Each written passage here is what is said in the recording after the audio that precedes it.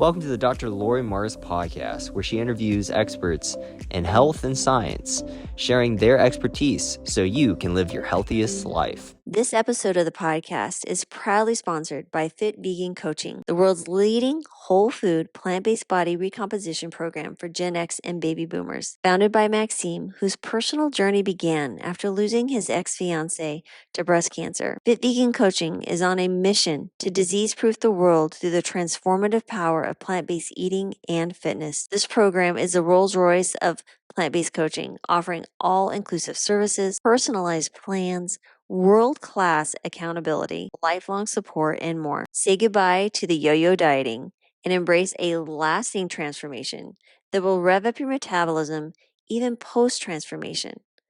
Ready to take charge of your health and vitality? Head over to fitvegan.ca, that's fitvegan.ca, and mention Dr. Laurie for exclusive bonus savings when you sign up. Don't miss this opportunity to join the movement towards a healthier, fitter, and more vibrant you. Are you tired of compromising between convenience and healthy eating? Look no further.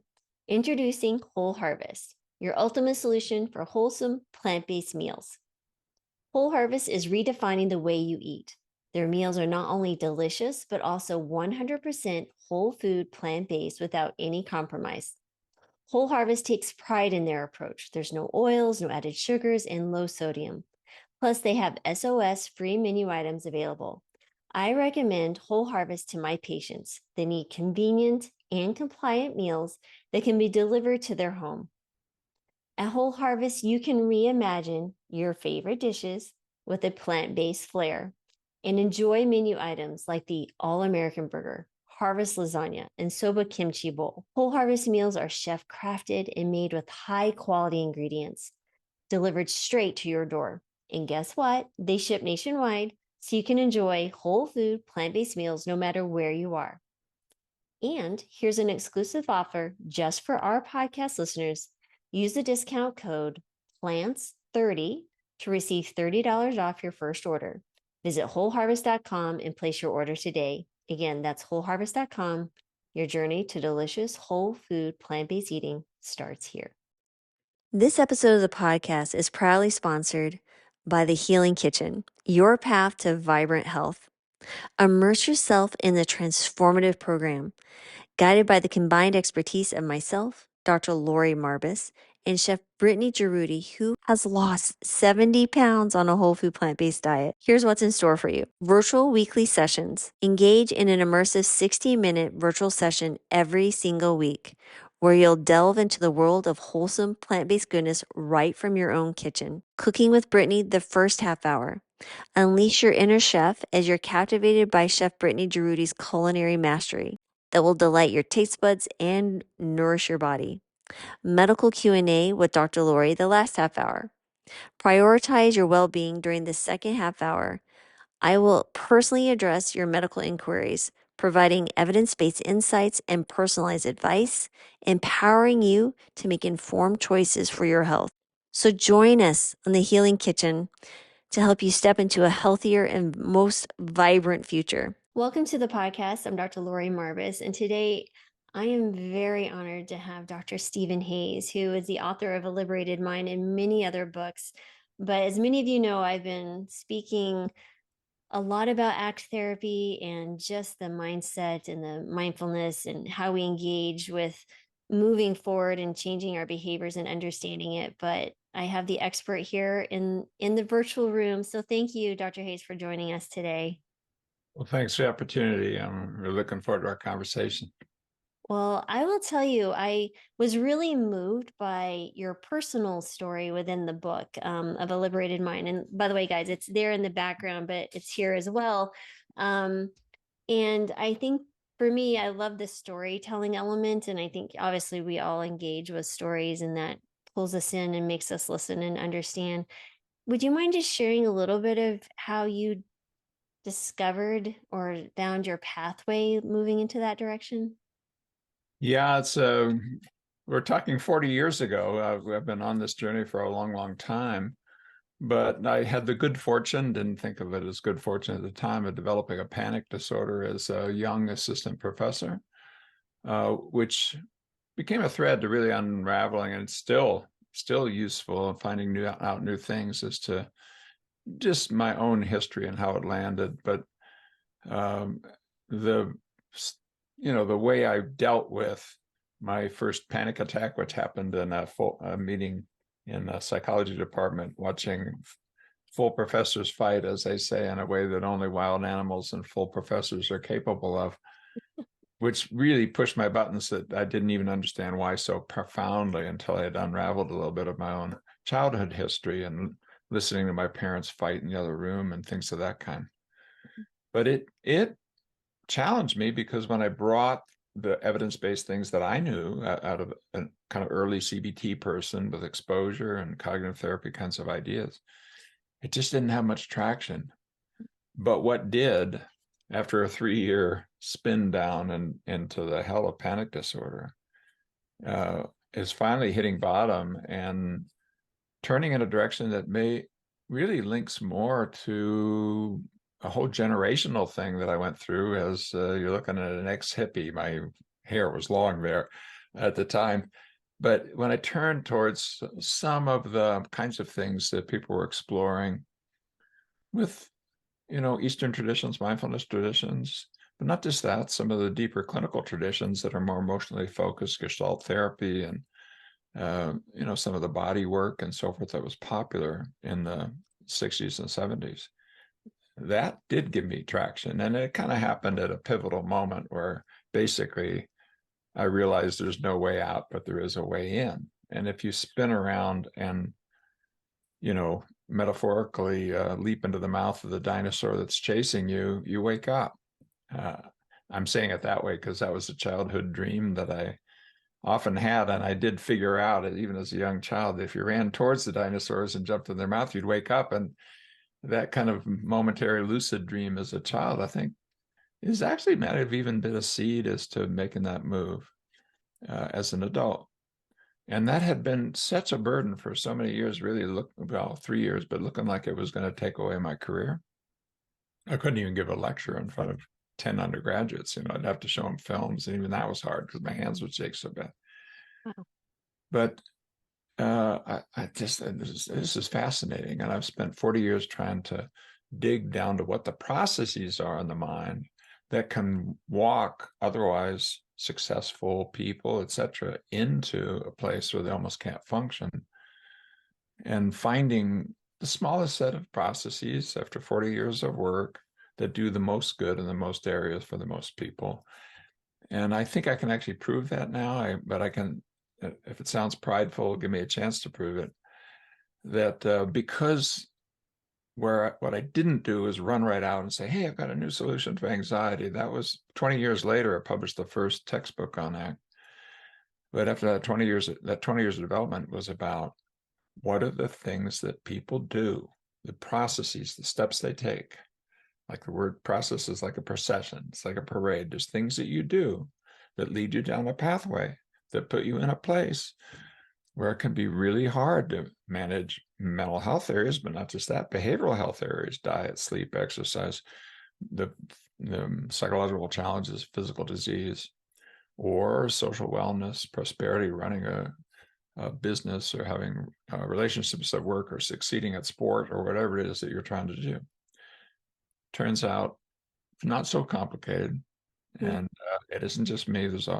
We've summarized the entire world's literature. You can get basically everything we know about how change happens psychologically down to a pretty small set that you can learn and deploy. Whether it's called ACT or not, I don't care. What I do care about is people putting processes that lift their lives up into their own heads and hearts and hands. Mm, that's beautiful. Yes, and the story of the child, I think, is fantastic because you speak to the monster in your dreams, and you speak that you can bring it down, and whether it be ACT, can you speak to the tenets of what those are and kind of share with people? Because I've been telling every single patient to read the Liberated Mind. I can even tell you, it's like it's just part of my daily to-do list for my patients. But so if you could share, that would be really great. Thank you. Well, thank you for that. And really uplifted by that, because what a liberated mind does tries to tell the personal story, the science story, and enough of the self-help part that you can really apply it to yourself. And then there's so many resources out there, specific books for specific issues, but also just things you don't have to pay anything. If you know where to look, you can go on the internet and get a vast amount of support. The core of it is this, is that we are riding a tiger. We created this tool that you and I are using right now, symbolic language.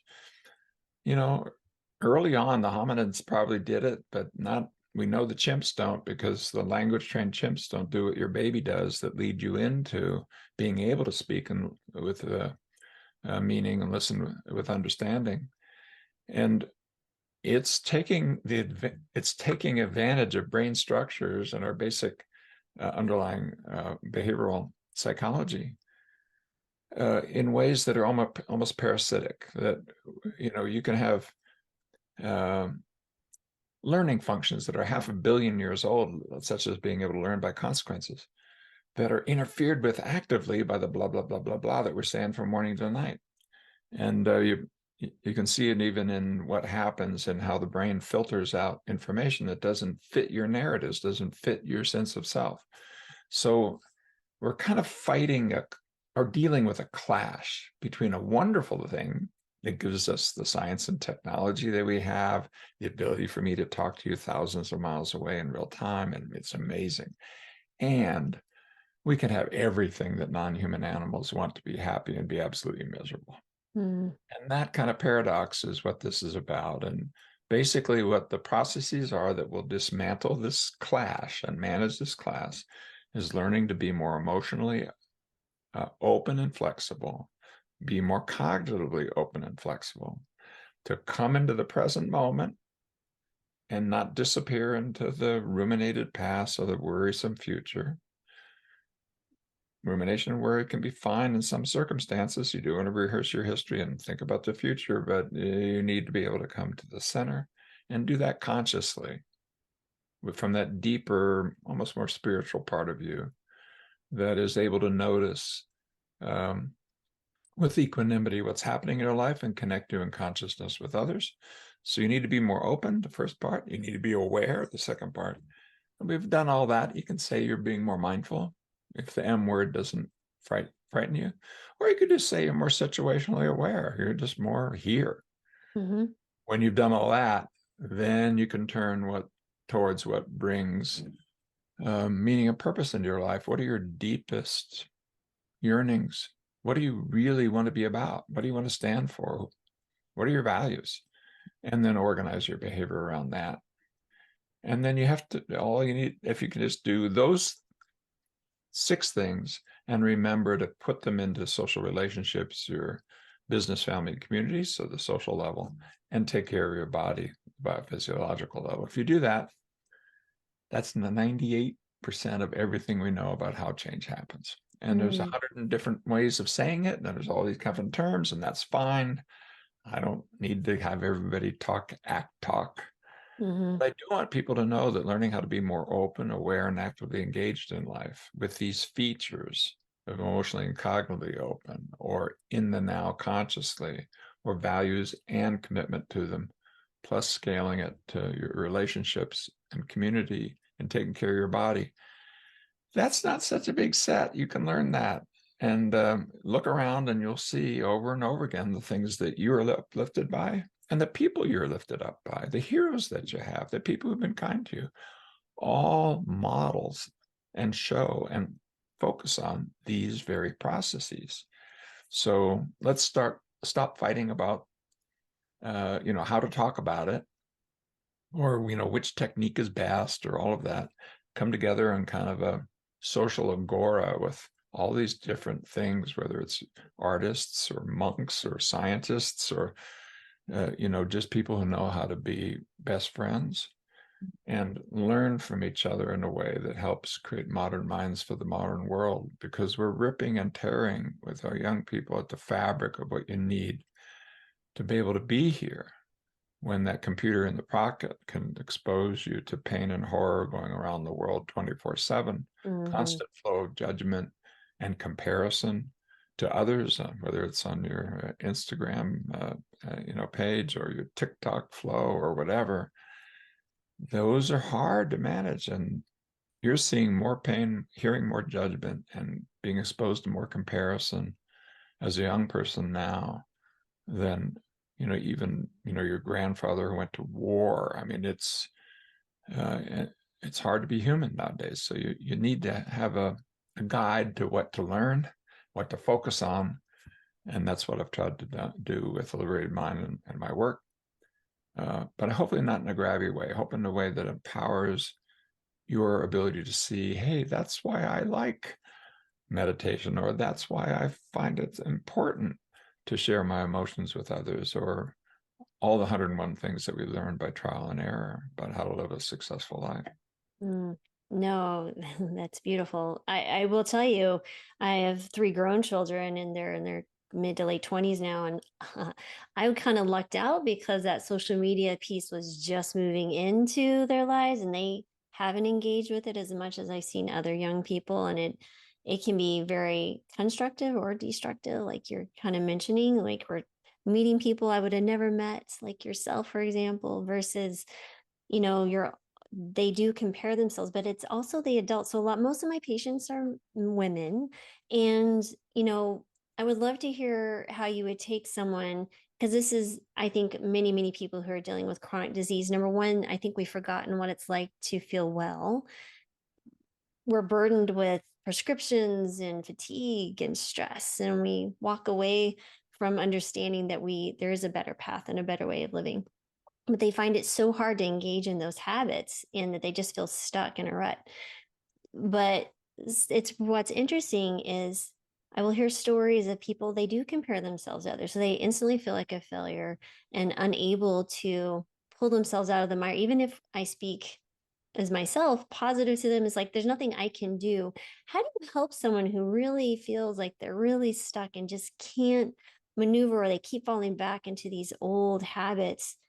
How do you help them see or act in a different way or move in that direction? What would be your advice to someone? Because I feel like that is such a big piece of what I see.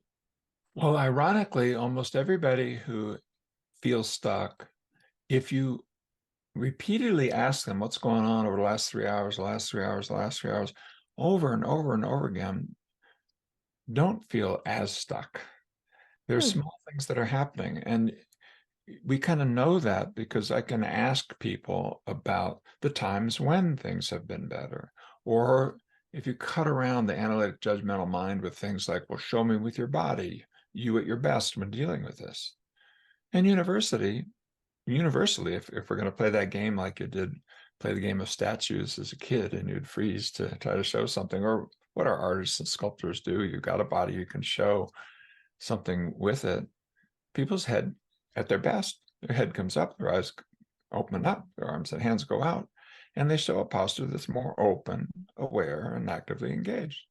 Universally, if you ask people to show their bodies as an expression of them at their worst, they close down, shut down, their eyes close, they bend at the waist, they bring their arms and hands in, they may flop on the floor, they may clench their teeth, or, it looks like a flee, fight, or flop kind of strategy. Well, if everybody can show it, then everybody knows it. Hmm. If you just follow people and you ask people in the grit and grain there, we are even noticing it. But Hmm. we're not noticing that we're noticing it, and we don't know what the it is, so it disappears. It's like we kind of get it gut level and we don't get it head level, because this head level is dominantly, it's not exclusively this if you learn how to use it differently, for example, through meditation and so forth, but dominantly it's become a problem-solving organ. Hmm. Figure out the future, weigh the alternatives, pursue the one that's better. Yeah, but there's certain things that are very unwise that come out of that. For example, your mind will tell you that it's bad to be sad. If I just said good or bad, I say the word sad, what are you going to say? They're going to say bad. Hmm. Does that include when your mother dies? Hmm. Does that include when your pet has a serious illness? Does that include when you hear your doctor tell you that, you have a chronic disease? Hmm. You're not going to be sad? Really? So this organ is foolish. I mean, our poets, our movie makers, our novel writers, our musicians, our artists, humans have been saying for a long, long time that the whole of us need all these emotions. We need all of them. But the organ between your ears says, I only want the positive ones. Well, I've worked in addictions. I know where that can lead you. You want to have happy emotions from morning to night and nothing else? You want to fix that in place? It's even called a fix. Mm. Why? Because it holds it in place. Joy junkies know how to do it, literally, chemically. And it's not a joyful path. It'll ruin your life. So can't we be a little wiser? I don't mean it to be judgmental, but can we follow the whispers of our heart instead of the loud dictating voice of our problem solving mind only? Yeah, we can do that. We can learn how to do that. And when you do, you'll find a wisdom within that will be very familiar. This is not like spooky, weird, from the stars, psychobabble nonsense. It's simply having a humility to one step at a time walk towards what works in your actual experience, not just in the chatterbox between your ears. Well, so that will mean some habit changes because you've grooved channels of problem solving and taking the short-term gain at the cost of long-term pain. You've refused to exercise because it hurts. Yeah, you can do what needs to be done so it doesn't hurt unnecessarily, but to some degree, it hurts, period, for everybody, because Mm. that combination of stress and then time to rebuild is how your strength builds, how your flexibility builds, and so forth. Any person in yoga or exercise will tell you that. And people with chronic disease sometimes have a real challenge that way. I mean, chronic pain will tell you what you need to do is sit down and do nothing. Mhm. Yeah, that's a pathway towards severe chronic pain that will put you in a chair, unable to walk next door to talk to your friend. I mean, and boy, it sounds judgmental the way I said it, but we know, and the physicians know, the healthcare practices know. I think one of the things that's very, very cool about what's happening now in healthcare is that persons like yourself are looking more seriously at nutrition and exercise and sleep, looking more seriously at maybe it's not all to be found in medications, maybe it's not all to be found with short term, but rather long term benefits. And so, a person who's in the situation you're describing, here's what I would say. Could we own up, show up, put our eyes on the horizon, and one small step at a time build those habits, those atomic habits, as the book says, that will move you towards the kind of life you want to live. And let's see how far it takes you. It may not take you exactly where you were before an injury, before the illness, no, it may not do that. But at least it will allow you to be the best you can be now. And, with age, I'm speaking as a 75-year-old. You start losing functions, you start losing friends, things start happening. Mhm. That's in the future of all of us. As I say Mm. jokingly, all of us will get old if we live long enough. So how about learning how to walk through a whole life and not this cartoon happy, happy, joy, joy life, Mm. the smiley face button life that is really not happy. It's not real. It's not worth pursuing. And you could easily show me with your body that you already know it. Mm. Yeah, no, that's really good. And it's funny because I took your the teachings from Liberated Mind and some other things I've been reading, and I really want to get better at utilizing those tools. But the one thing that I did, I have an intake form. So I see patients and they come in and we just ask, basic stuff, what medicines you're on, what have you been diagnosed with. But before I do that, I started asking questions related to values. And I'd like to dig into that a little bit because I've stolen one of your phrases from your book and I've been using it with patients, regarding values as the compass, and that there's never an end to it. It's just your direction. And Yeah. these goals are these little things that are moving you towards that direction, which I thought was such clarity of the understanding of how that to speak that. But one of the things that happened, I had a patient in, I asked her, or I asked in my intake form, what is your most important value or what brings you joy? And the response was, I've never been asked that before, and I've never thought of that before. And this is someone in their 60s. And when I spoke to her during her appointment, she was almost to tears. She goes, it made me so sad to think that I've never thought of that before. Yeah. But so can you speak to a little bit about the work on understanding values clarification? Because I think a lot of people will say, oh, health is my value or this is my value, but maybe how do we get down to like, what is that real core piece of value that will move you to do the hard things? Because we've all done, those hard things in life. Could you speak to that a little? Yeah, that's really awesome. And there's so many things in what you said there, Laurie, that are just right on. I mean, the single most common marker emotionally of really opening up to values is tears, Mm, because we hurt where we care. And that's part of why values are hard even to know, because we can get into these habits of not hurting. And so we have this idea, if we can kind of hold our breath until we're blue and it's all over, that's a good, measure of life. It's not. Life is to be lived, and living, really living, is about something, about mm, many things, and it's up to you.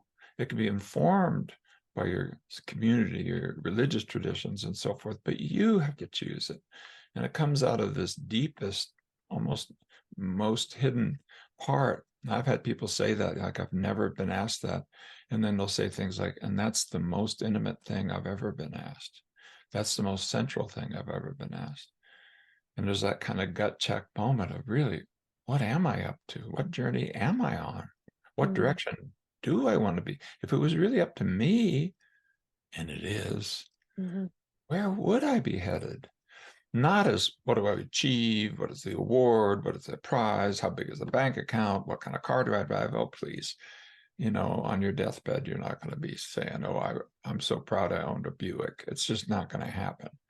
You're going to be thinking about, what did I stand for in my life? The quick way to get to it, I know 4 ways. They're mm, quick: sweet, sad, heroes and stories.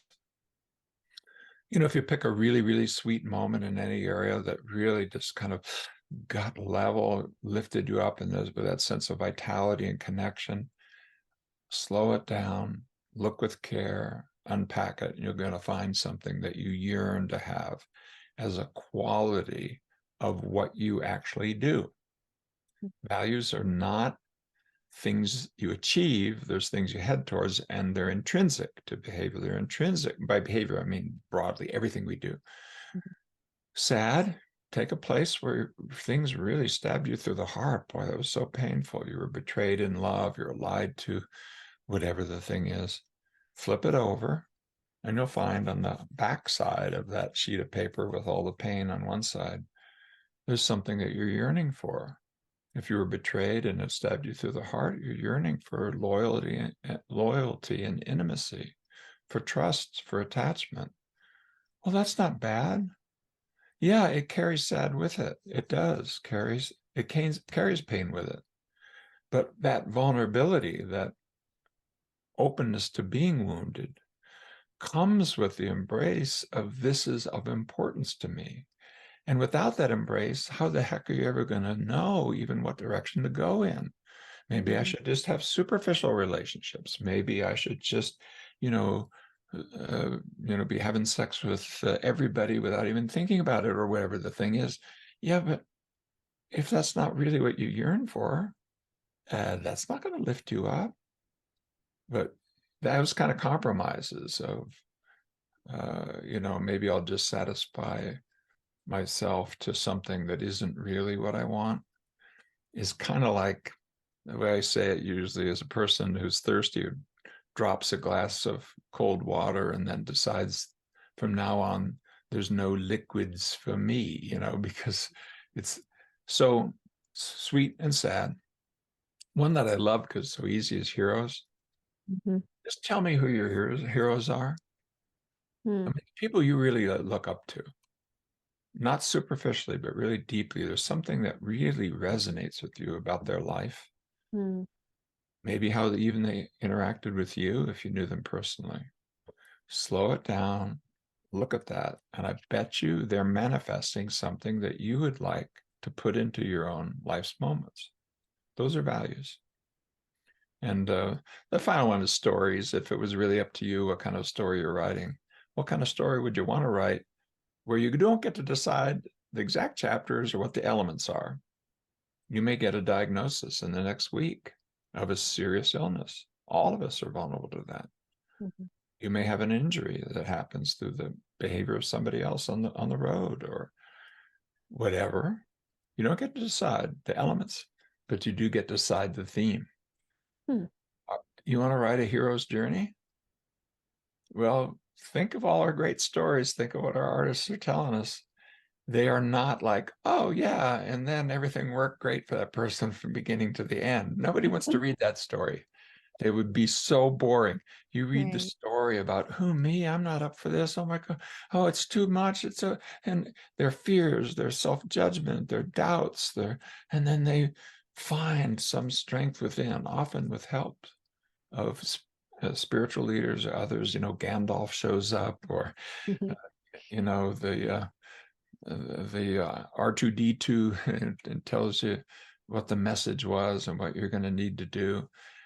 And in these great stories that we love watching or reading about, somehow or another, that person, that little person, mobilizes their ability, finds a different sense of self, allies with their friends, and takes arm against, and finds the golden fleece, or throw the ring into the crack of doom, or defeat the evil emperor. And then through that committed action, it comes back to the next adventure, and you're sending off your children to Hogwarts or whatever the thing is for their adventure. But so you're living an adventure right now, Mm, and it contains elements. Like you might have a chronic disease that contains an element just like the heroes that you read about from childhood on. What kind of story do you want to write right now? So mm, there's 4 ways in. mm, I love the fact, I just love, Laura, that you're putting it on your intake forms.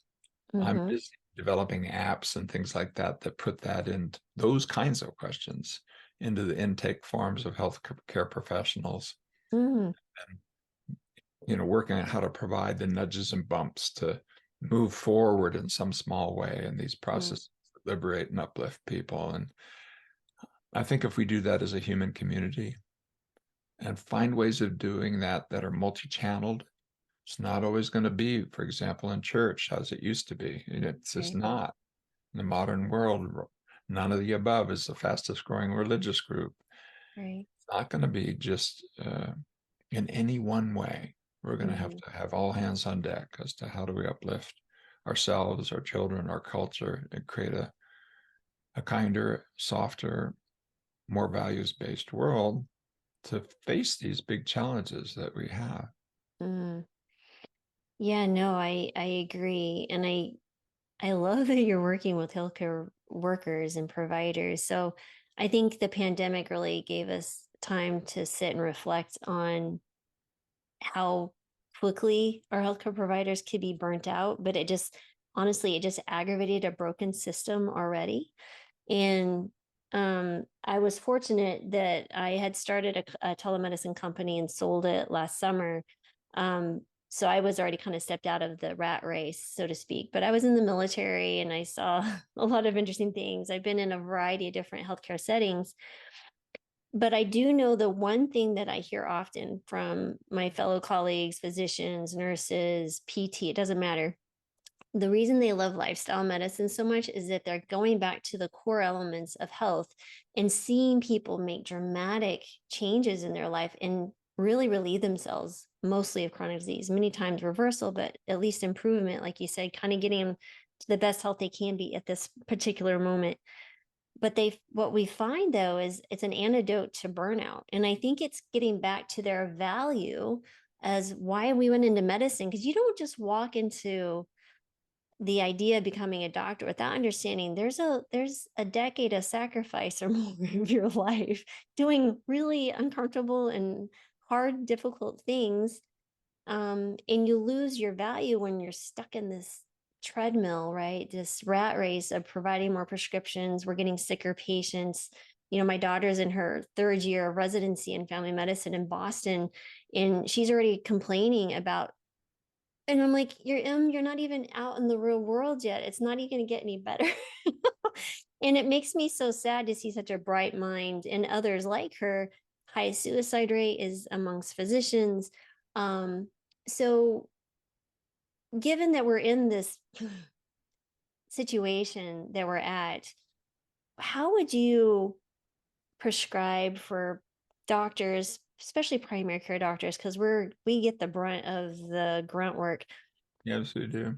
How can they utilize these tools in a very, constricted time setting, and effectively, and really maybe start plugging into their values where that brings joy to the patient and to themselves? Do you have any suggestions? Would be Yeah, I great. do. And, this is pretty well researched. I mean, we're really talking about things where we have scores of randomized trials and things that are relevant to this.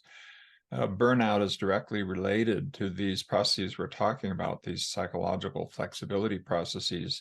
Longitudinally, they're predictive of burnout. And, it's something like 3 out of 4 physicians will express significant level of burnout, the data I've seen here at the University of Nevada, where I just retired, but my colleague Ramona Humanfar has been working for years at the School of Medicine, where we now have required courses on ACT in our School of Medicine, Oh, that's amazing.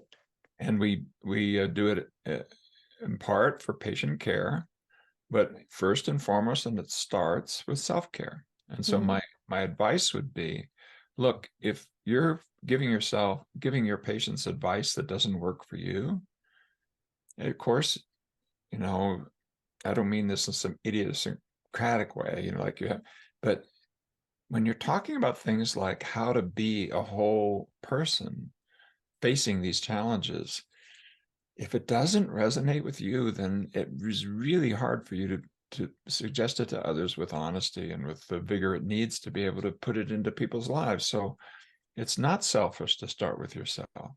mm, Let's see, what are the things that would help lift you up?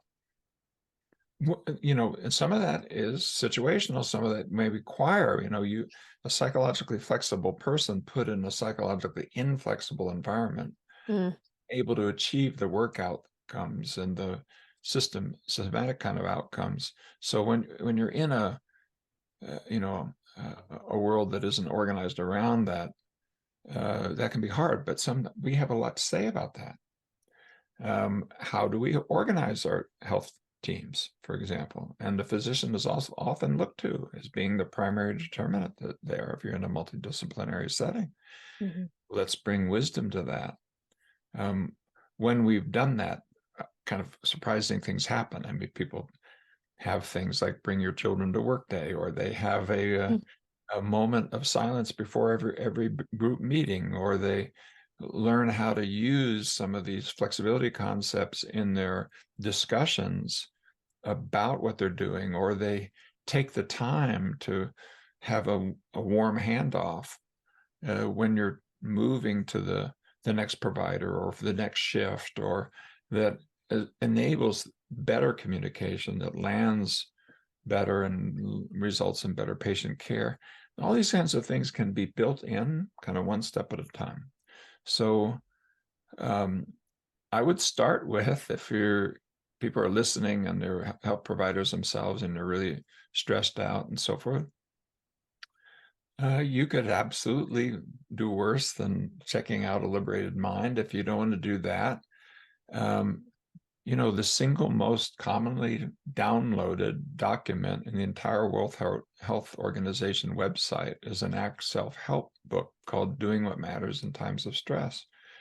And it's been subject to something like 7 randomized trials now by WHO.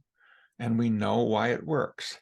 It works because it increases psychological flexibility, and it touches the lives of people who've lost everything. People who it was adopted by WHO, and the head of mental health there, Mark Van Omeren, years ago, who came to me and said, is there anything we can do? Because these diagnostic categories just don't tell you what to do with people who've been in war, because everything goes awry, whether it's diet, sleep, aggression, not just classic diagnosed depression or whatever. And I said, yeah, of course there is. We need to help people become more psychologically flexible.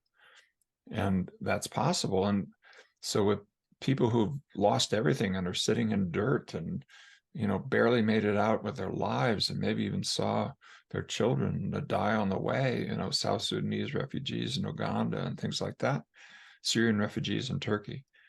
We get effect sizes in preventing these kinds of problems that are really sort of shocking. I mean, a year after exposure to this, refugees who just escaped war have half the level of mental health disorders diagnosable, if they weren't diagnosable at the time, as compared to a really good control group.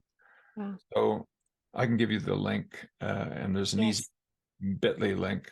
If you know bit.ly, just type out WHO, all capitals, underline, and then ACT, all capitals. It'll take you to the page where you can get this free book. Why am I suggesting this? Just because what I'm saying is some of our best scientific bodies, World Health Organization, the NICE guidelines in the UK, the CDC, have called out the importance of these psychological flexibility processes. And if you can learn how to put them in your own life as a physician, and then realize with just 5 minutes or 2 minutes, or you can plant a seed with that next patient, and maybe even have a meeting that's more efficient because it's deeper, it cuts through the underbrush. There's a team that's done this in primary care. They have what they call the primary care integration model. Kirk Strausel and Patty Robinson. Kirk was the author on the original ACT book. They've put in all of the military hospitals from the U.S. Around the world have an ACT expert somewhere in there. The Air Force Hospital, very often in the primary integration programs that are ongoing in military hospitals, because they've shown that just a tiny little bit, that with nudges and bumps, you as a physician can help your clients be more psychologically flexible, and you're going to get better compliance, you're going to get better health outcomes, and they will feel more listened to by you.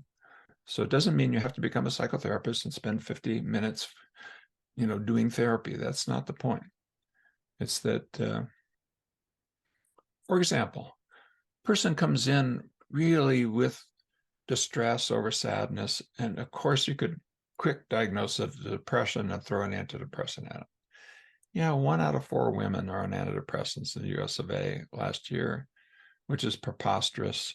If you look at the randomized trials, it's probably only really helpful and useful for the most severe, and even then with tapered doses and with care about the magnitude, because of the sexual side effects, long-term opponent process effects. I mean, you're messing around with serotonin systems that you just don't want to mess around with easily if you put people on high dose, long use. It's not good practice. I know why we do it, but and then once there, it's really hard to back out of it too, because your body now really expects that. It's made adjustments within a matter of weeks. Yeah. So can we instead say something like, well, what is going on? Let's say there has been a loss.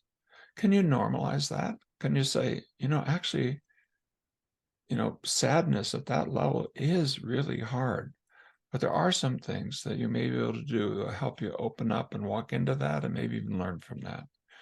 And so here's my script for you. Here's a little self-help book. Here's a website. Here's, it's, or here's a thing I've pulled out of my file as a little exercise you might try with yourself. And if it resonates, here's a place you can go. we can be in the healthcare system conduits for things that go beyond simply scripting. Mm. And that might be looking at nutrition. It includes exercise. It includes learning how to hold your emotions in a way that are more open, not get wrapped around your thoughts, focus on the present moment and focus on your values.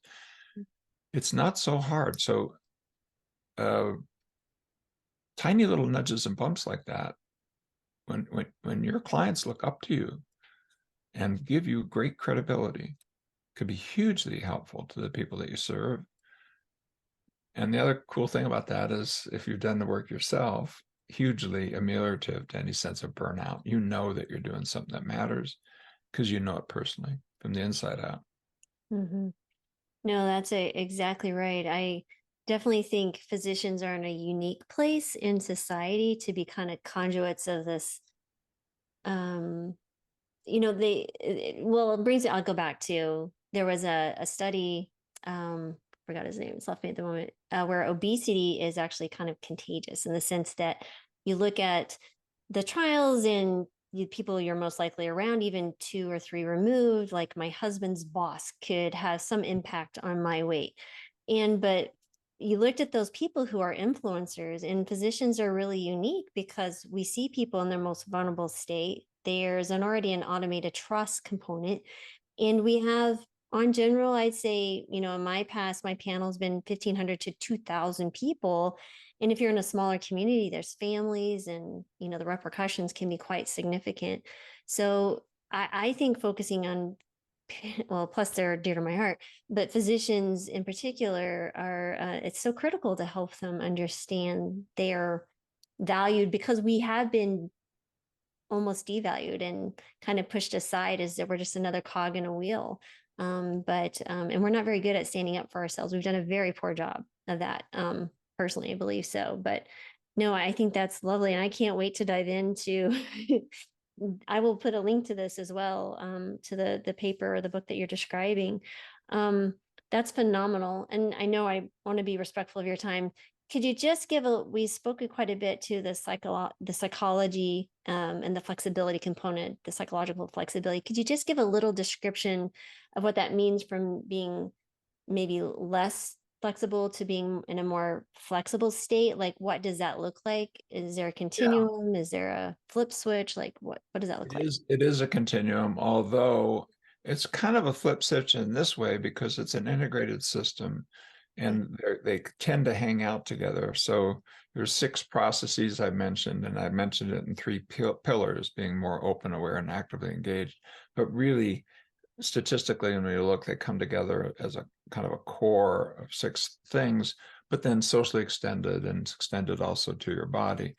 And it's like 6 sides of a box. If you have weakness in any one side of a box, the box is not as strong. You can't stand on it. If you have a strong sides, you can stand on boxes that are made out of cardboard. I mean, it's not that each thing has to be, I'm Iron Man. Mhm. You can start with where you are, but build all of these 6 things and learn how to extend them. Well, let me give you the flip side of flexibility, which is inflexibility. So let's say you have a worrisome thought, which can take you out of the present moment, but it can also wrap you around um, self-judgment, judgment of others. It can lift up maybe difficult emotions, anger, disappointment, fear. Um, well, that might do something like keep you awake at night. And now you're focusing on, oh God, why was that policy put in, or why did that person say to me, or why am I not appreciated, or why was I criticized, or whatever the thing is, right?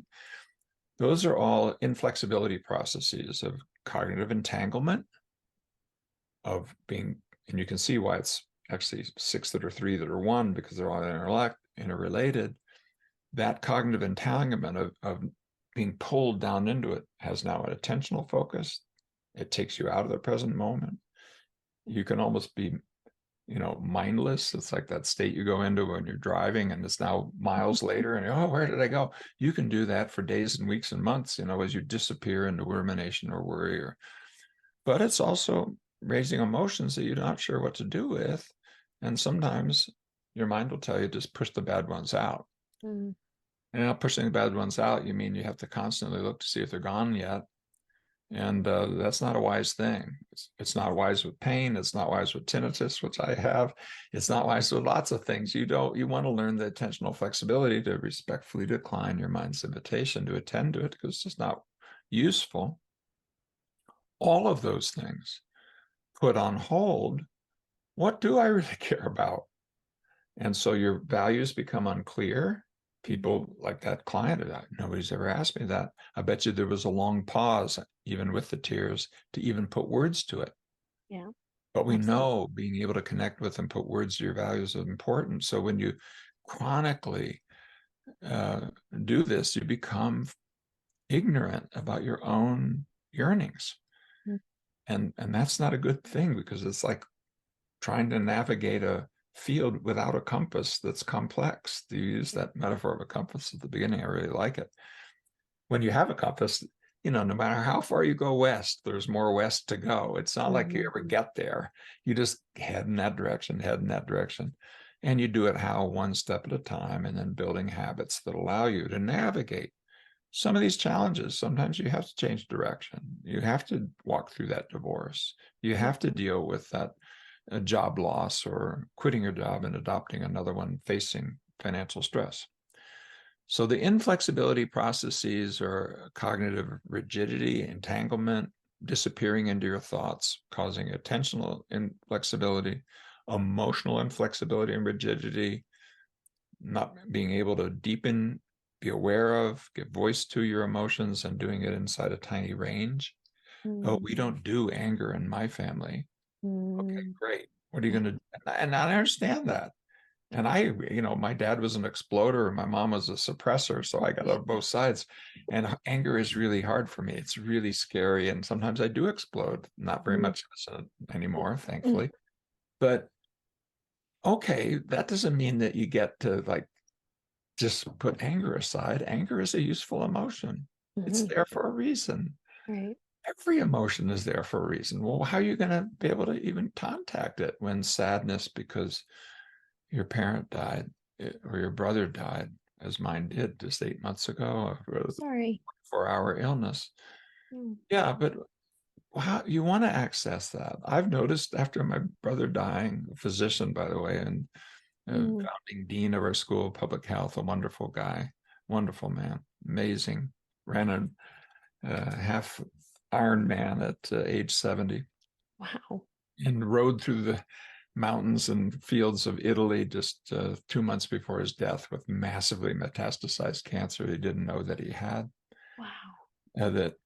But when I contact that, I find that I'm doing things like to colleagues that I've worked with before I hang up on my Zoom meeting, I say, I love you, because I do.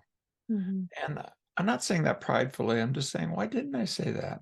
Mm-hmm. Why didn't I periodically take the time to send a note of appreciation to people who I appreciate? Mm-hmm. I don't know. I think it's because you can easily get in habits that are not values based, but that are not really in tune with your own emotions. So I've given you kind of a scattershot thing of what inflexibility looks like. It's familiar ground. We all do it. Mm-hmm. None of us are shining stars of emotional flexibility, probably. We're probably no Dalai Lamas among us. But one step at a time, you can get better.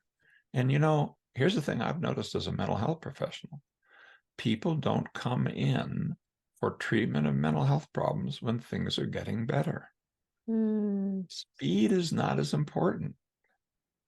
If you can sense progress, that's enough to put you on a route. And if you have somebody who's making progress in exercise, making progress in, let's say, nutrition, come back and see them a year later and they look different, they feel different, they are different. And it happened one day at a time, 1 hour at a time. The mind says tomorrow, tomorrow, tomorrow. Nonsense. I mean, if you're in ill health, that didn't happen tomorrow, very likely. Some, especially for some of these things that are chronic diseases that are fed by our health practices and our nutritional practices. So let's empower people to walk that kind of journey. So let's start with ourselves, not because we're selfish, but because we want to speak with honesty and genuineness to the people that we serve. Let's create in community work sites that empower that journey, where we really take the time at our very busy day as we're doing the shift handoff just to have a mindful moment. It takes 30 seconds. Really listen to everybody. Nobody has to, put tape over their mouth, even if they're the nurse and the physician is in charge or whatever the thing is. Get a community going where you get to be your best self gradually, one step at a time. Burnout's not going to be what the word that will come to your mouth for that kind of world. Mhm. And we can do better. We can do better in the interests of the lives we serve as healthcare professionals. Mhm. And I think, to put a period on it, good behavioral science, uh, can be, I think, now relied on. And I'm not just talking about the DSM diagnoses and stuff like that, which I think actually can push people into cubby holes instead of empowering them. I'm talking about what are the processes that uplift human lives. You'll find them, yes, in your art literature and scriptural texts, but now you can find them in your behavioral science journals too. And so, could we stop fighting over which exactly the brand label is Mhm. and focus more on what is the need of the individuals in front of us and Mhm. do a kind of a version of personalized medicine Mhm. that is fits the needs of this individual who may be coming to see you really for a behavioral health problem that involves psychological issues. Something like 60% of the primary care visits are really behavioral health visits where behavior is a big part of it. And that 60% is probably an underestimate. Mhm. So that doesn't mean you have to become a psychologist, but Mhm. it does mean you have to, learn how to empower people on a journey that includes their whole self, their mind and their body, their emotions, cognition, and values, their relationships, family, settings, work site. That's the physician has that role Mhm. and can live that role without changing professions with just a little bit of help. Mhm.